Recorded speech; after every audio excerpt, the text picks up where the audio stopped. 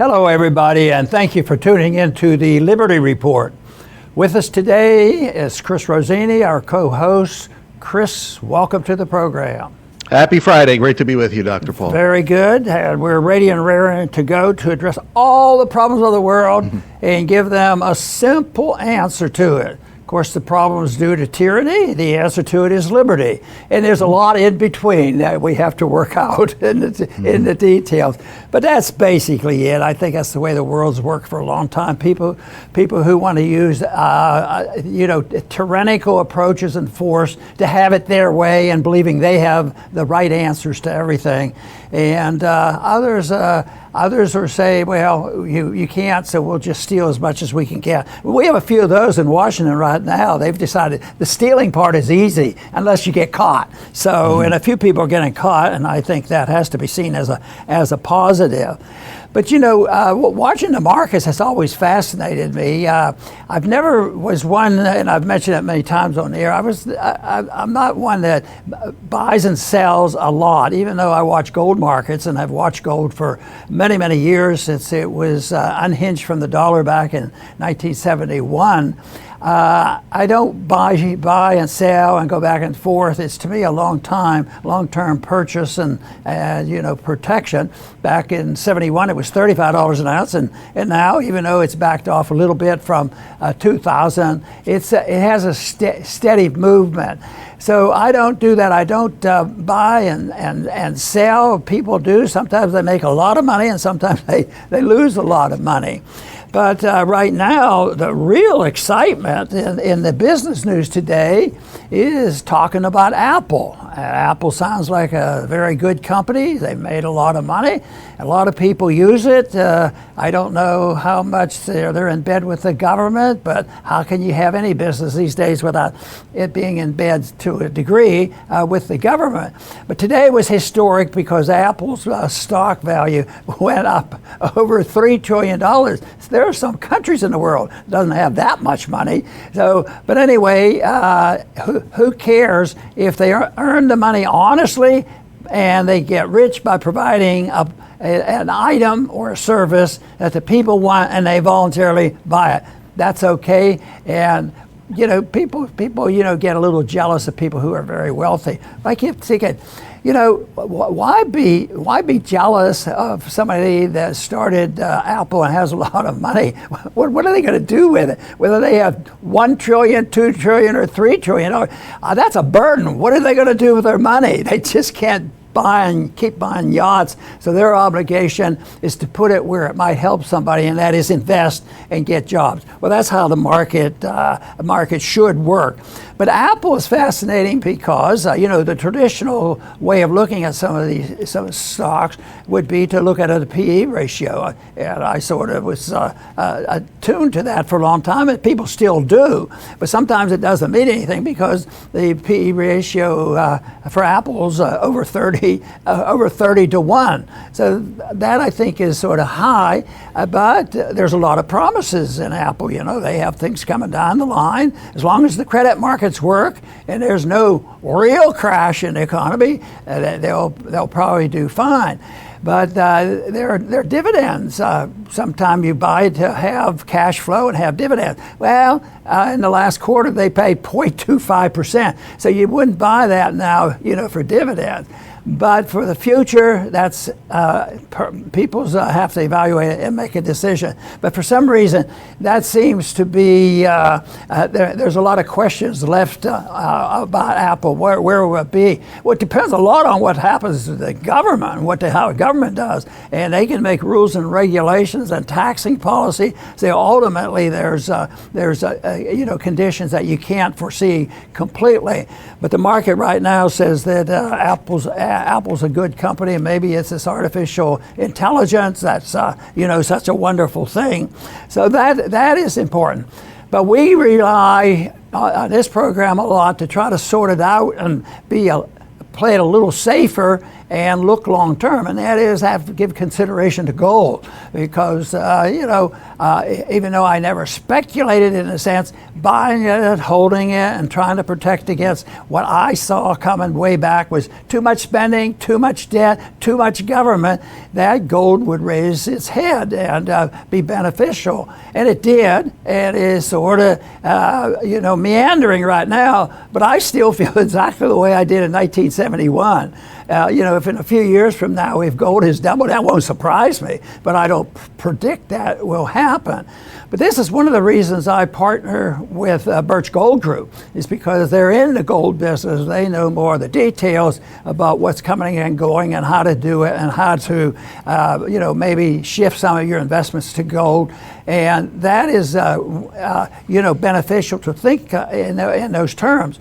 So this is the reason I do partner with them, and they have offered add some advice and some material that you can get. Because if you text Ron at 989898, they'll send you some of this material that may well be helpful to you and give you more information, helping make decisions. So this is what we do in partnership with them, is to try to get people to at least look at it and study it, because I think long term, even though I say gold, served me well in preserving a base of my wealth and energy, that it's not going to quit. It's going to continue. I mean, the deficits and everything are exploding, and the world's involved. It's so much more dangerous now than it was in 1971. So this is the reason that we work with Birch Gold. So once again, if you're interested in getting some free information from Birch Gold, text Ron 989898, and they'll send you materials. It's free, and they will explain many things for you. And this you can do anytime, and they'll send it to you. I'm sure it'll be of some benefit to you. And now, Chris, I want to go into talking a little bit more about some of the other economic things going on. One thing that's always fascinated me is the subjective belief of value, the theory about value. There, for tradition, and even Adam Smith accepted the idea. Well, it was the work, how much work went into an item determined the value of it. Well, it turns out that, when people argue or ask me what that means, I say, well, I could work for 20 years on a drawing and a picture, and I could put in 10,000 hours, but it'd still be worth less than $1. I wouldn't be as good as Biden, Hunter Biden. He made a lot of money on his picture. So, but anyway, the whole thing is there's a lot of unpredictable events. There are unintended consequences. There's too much mischief. And the main reason is that governments and Federal Reserve boards and regulators, they don't know the answers to try to substitute it for the marketplace. That's what they're trying to do. They're pretending, I think I heard the announcement today, well, instead of going 0.5 or 0.75, we're going to go 0.25. We have to just sort of, address concerns. And so it's up and down and over and back as if they're really, doing something important. But everybody has to watch it, because the psychological effect of that is very important.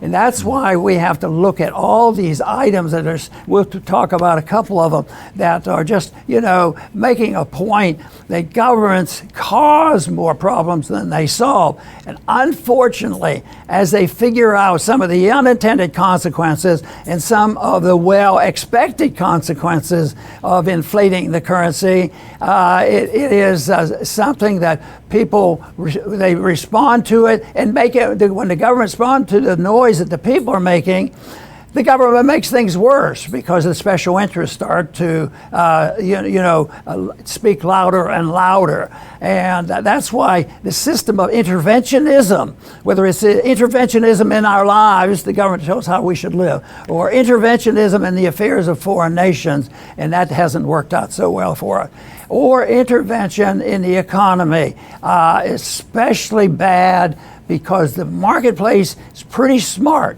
It's rough and tumble, but usually the market wins out after a lot of pain and suffering occurs, and usually wipes out a lot of people and say, hey, we better think, what do we want? Maybe we ought to consider those crazy ideas of sound money once again. Chris? Very good, Dr. Paul. Yes, today we're focusing on CBDCs, which are central bank digital currencies, yet another utopian scheme. But, as our founders warned at the very beginning, you must be vigilant if you cherish your freedom, because authoritarians will always have a new scheme coming at you one after another. Some are bigger than others. We just went through a big one that failed, those vaccine passports, where the idea was that we were all going to be constantly jabbed every so few months and then have to prove with our phones that we were jabbed in order to participate in society. And they were trying this in New York City, in Philadelphia. I remember all the propaganda that it was as if you were recharging your phone battery, every time you got jabbed. And, that was a bad deal, even for those people who believed in the vaccines, because maybe the fifth one would get you real hard, where you were like Elon Musk and you thought you were going to die. But, it wouldn't matter. You'd still have to get the sixth, the seventh, no matter, how many. Fortunately, that whole thing fell apart, and CBDCs fall into that category because it's very similar. It's just with our money. You would have a centralized account with a central bank, no cash, and, you could already imagine, and I'm sure the tyrants have already imagined what they would love to do. If you're not into the latest social fad, perhaps they would freeze your account.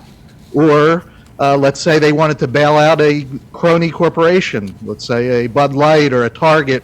They do something stupid and they lose tons of money. Well, they could bail them out, and you log into your digital account and find out you have less money. The money went to bail out the crony corporations. They could also set time limits and say you have to spend this amount of money by a certain date. They could, to get you to spend money and prohibit you from saving money. The tyrannical things that could be done are endless. These are just a few. So you could see why they would want this. But like vaccine passports, I don't believe that it's doable, and I don't believe that it's going to happen, because black markets would form immediately. People would start to use their own currencies, barter. They would get around it in many, many ways. Very good. I'm going to talk a little bit about one incident that just has been written up recently. It has to do with the wine and alcoholic beverage issue. And this is really written in looking at what's happening in Europe, where they do make a lot of wine. And they're having a lot of trouble. The headline on this on Hedge was, Europe drowns in wine as EU adopts crisis measures to rescue producers. See, they're drowning in it. And then the decision must be, oh, they don't have enough regulations. That's the reason they're doing this. They want to say, well, maybe the craziness of COVID changed people's patterns and habits, and maybe that contributed to it. Maybe it's the monetary system that contributes to it. It may be, the market is not working smoothly because all commodities go up and down, supply and demand. And the people and the consumers decide what should be done. The consumers are king in a market like that, but not when you have government interference. So this market got into trouble and in trouble. So once again, they say what we need to do is we need to smooth these markets out and take care of it. And unfortunately, that doesn't work. Usually it makes it worse. Mises argued that when you go in to try to fix a problem the government caused, they'll create two new ones. But that keeps the bureaucrats happy. Oh, we still have a job tomorrow. Hire more bureaucrats, spend more money, have more debt. Oh, but I thought that was the problem. Oh, no, that's not the problem. We just need a lot more people in the government that are smarter to know how to iron these problems out. But the European Union are the ones that are promoting these regulations, and the Commission has adopted temporary market measures to avoid that the unsold wine weighs on the whole internal market and prevents producers to find sufficient storage capacity. all this mischief, and they do this so seriously, but this is just very minor compared to, of course, if you're in the wine business, it's major, but it's minor compared, to the very, very big picture that goes on when economies collapse. Because if we continue at this rate, people laugh, and I don't want to believe it, but could we ever get to the point anything close to what happens in runaway inflation like in Venezuela and Zimbabwe? Germany did at one time, but we're on the road to it. And the reason why I fear it is it's different than ever before. There's never been so much control for a significant long period of time, where the whole world was distorted by a reserve currency that was totally fiat and printed by the government and the country that has the biggest empire, the biggest army, the most wealth, and they feel like there's no limit, even though the voices are getting louder and louder trying to warn. But still, I mean, even since the debt resolution, just recently in Congress, we'll take to it. We'll raise the debt limit and we'll cut down some spending. I think the debt has gone up $700 billion just since they had that resolution. So it really is a joke, and it's not going to be a joke though when the consequence comes. So that's why people have to consider it. Ultimately, I look at the big picture, and it doesn't result, because even the United States has gone through periods like this. They have to resort to some type of soundness, returning to the monetary system. Of course, the best thing is advancing a little bit further than we've ever been to a free market system where people make the decisions. People, the left and the big government people preach and stuff and say everything is democracy, democracy, democracy. The Constitution doesn't teach that. Democracy, the true democracy I like, is everybody has a vote every day. Every time they spend money, they have a vote on where the money's going to be spent. And even in this craziness with, both lockdown and also the people, the things like Budweiser, people are voting. They're voting with their money. That's probably what represents true democracy compared to the managed democracy that they talk about, where they just get enough people, enough special interests together to become a king of the mob, and then they take over the government. I'm afraid that's where we are today. Yes, and people that have a lust for power, they want it all. And going back to the global CBDC, scheme, I don't know if many people realize this, but the goal of that, for the globalists, would be to abolish commercial banking, like JP Morgan, Bank of America. I mean, after all, it's each individual would have an account at the central bank. It's a central bank digital currency, not a commercial bank digital currency. So that's this drive to have only central banks led by a global central bank. And, people with power, like a JP Morgan, may not be on board with something like this. Even the Fed has the global reserve currency. Do they just want to be another central bank, that's controlled by a bigger one? Not everyone, we're told, and George Carlin, I think, had it wrong, that it's one big club and we're not in it. And that's just not true. That's not how power works. There are power centers, people with power here, people with power there. They like their own territories, but, they don't want anybody else having their power. So that's why they clash, and that's why we see these, wars. They tell us what they're about. They're not about whatever they tell us. It's these big power centers that clash with one another. It's not one big club, and we're not in it. The key is to get, whittle down that power. That's what our founders tried to do. But, that drive for more and more power is very strong, and, you could see that their constitution didn't work out so well. So, so the global CBDCs are by far not a given, because there are a lot of people that just will not be on board with it. I brought up the subject of the debt that keeps going up and it has to be resolved. They claim that they can do this and help people out just by debasing the currency, and then you pay off with cheaper money. And that is true. The real debt goes down if they double the money supply. The value of the dollar goes down. But there's a price to pay, and that's what they don't want to listen to. And they try to keep up. People know that when you inflate the currency and prices go up, middle-class people and the working-class people, really are hurt from this. So what do? They they get together, they go on strike, and they fight, and they say, well, we have to be taken care of too, because in a way they're not responsible. It's the big beneficiaries that are really responsible for inflating the currency. But when they do that, and they say that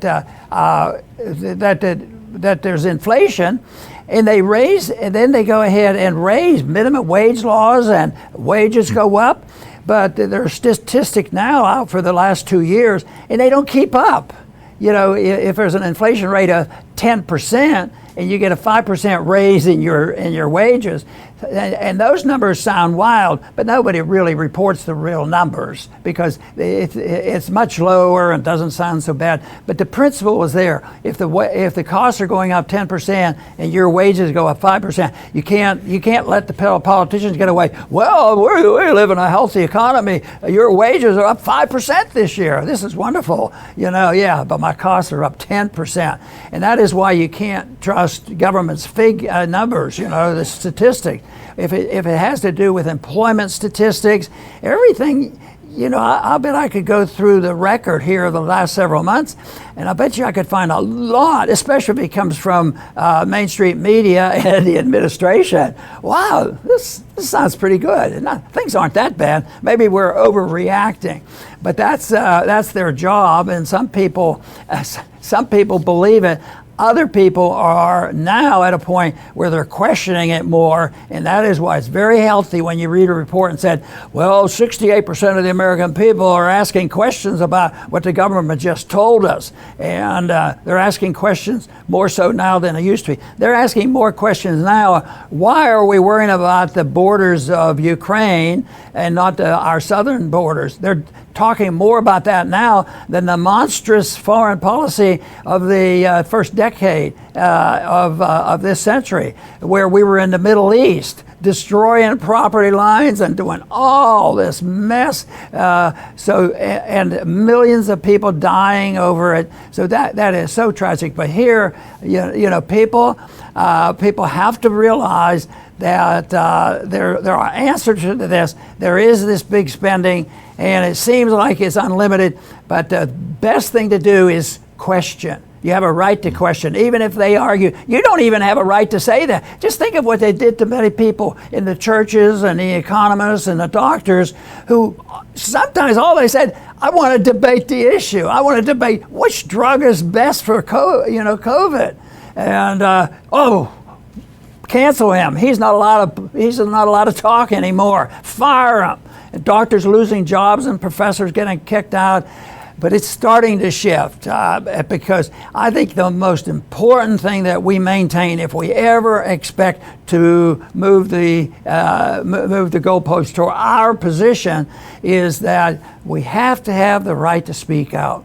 Because you have to be able to discuss what we have and challenge them. But when they lock down and say you can't even talk, and you'll be hearing about this, you wait and see if there's any candidates that won't be allowed to talk at all, or they'll exclude them, or they will avoid them, because truth really hurts, when there's an empire that is totally dependent on lies. Chris. Excellent, Dr. Paul. I'll finish up with my closing thoughts. Yeah, authoritarians do not want debate. Whatever they say is settled. I saw yesterday the big Supreme Court, saying that universities no longer have to judge people by the color of their skin. You'd think that the left would be happy with that, but of course not. And I saw Elizabeth Warren. She said that this is outrageous. They're going back against settled law. And I thought, settled law? These are man-made laws. It reminded me of what they said about settled science. Science is never settled, and man-made laws are never settled, for sure. They're man-made. The only settled laws are the truth, natural law, and for those of us who are religious, we believe in higher laws, those are settled. But anything that are made by governments, they're never settled. They're man-made. Another man will come in and overturn it, just like they just did yesterday. So, the authoritarian mindset is what they say is what it is, and that's how it's going to be forever. And it just doesn't turn out that way. Just because you can imagine some kind of utopian scheme does not mean that you can make it reality. Just because you could imagine vaccine passports or zero carbon or world government or CBDCs, what we're talking about today, life is very complex. Everyone reacts in their own way when government does something. You could picture it like a billiards game, at the very beginning where you break the rack of balls. They all scatter. You can't control how each ball is going to go, whether it's going to go into the pocket or not. Well, that's how it is with government laws. They imagine things in their mind, they make a law, and then all of humanity scatters in their own way to adjust to it, to adapt to it, to get around it, and the whole scheme falls apart. And we just keep repeating this over and over. And, we could avoid a lot of this if we just embrace the ideas of liberty and voluntarism and not have to go through all these schemes one after another. But, it takes a lot of work, a lot of education, a lot of speaking, like what Dr. Paul said, to get these ideas out so that we could at least nudge humanity in the right direction. Very, very good, Chris. I'm going to close with a comment about an organization and a company that is not one of my favorites, but it's very, very wealthy and controls a lot of wealth, and that's BlackRock, run by Larry Fink. And at times, and he may still be the top holder and management of funds, over $10 trillion has been reported. But that was one thing, to have a management company of wealth if it was a little bit in the directions of freedom and market economy. But he notoriously has been strongly associated with the radical left and environmentalism. So he was a champion of ESG, that investment should be based on the environment, it should be based on social order and social benefits and fairness, and it has to be regulating governmental needs. So it's ESG, and this was a way of putting pressure on some companies that if you want to invest and get in here and be on the side who has access to credit, you have to support these radical environmental issues. So he did quite well, except recently people have caught on. Now, when I first heard of this 2 or 3 years ago, I thought that it can't work. It's going to fail because they're investing money for the wrong reason. Yeah, and you say, well, don't you care about the environment? Don't you care, about social order? And don't you care? Well, they want you to say, well, if you don't go with us, you don't. You're a bunch of hoodlums. You don't care about that. But you know what? If you come up with these groups and say, well, this is what we do. We look at our investment. This is a Larry Fink approach. We look at these investors to make sure they follow these rules, these rules, A, B, C, D. And then they'll be safe. And that's how we can control the world. But people caught on to it, and they disliked it, and they're fighting back, and some people are withdrawing their funds. And now I doubt very much if Larry Fink has changed his tune, but he has changed his words. He does not like the term ESG anymore. So he's going to pretend, I'm more moderate now, and I'm more reasonable. Well, I tell you what, he is a strong believer in that nonsense.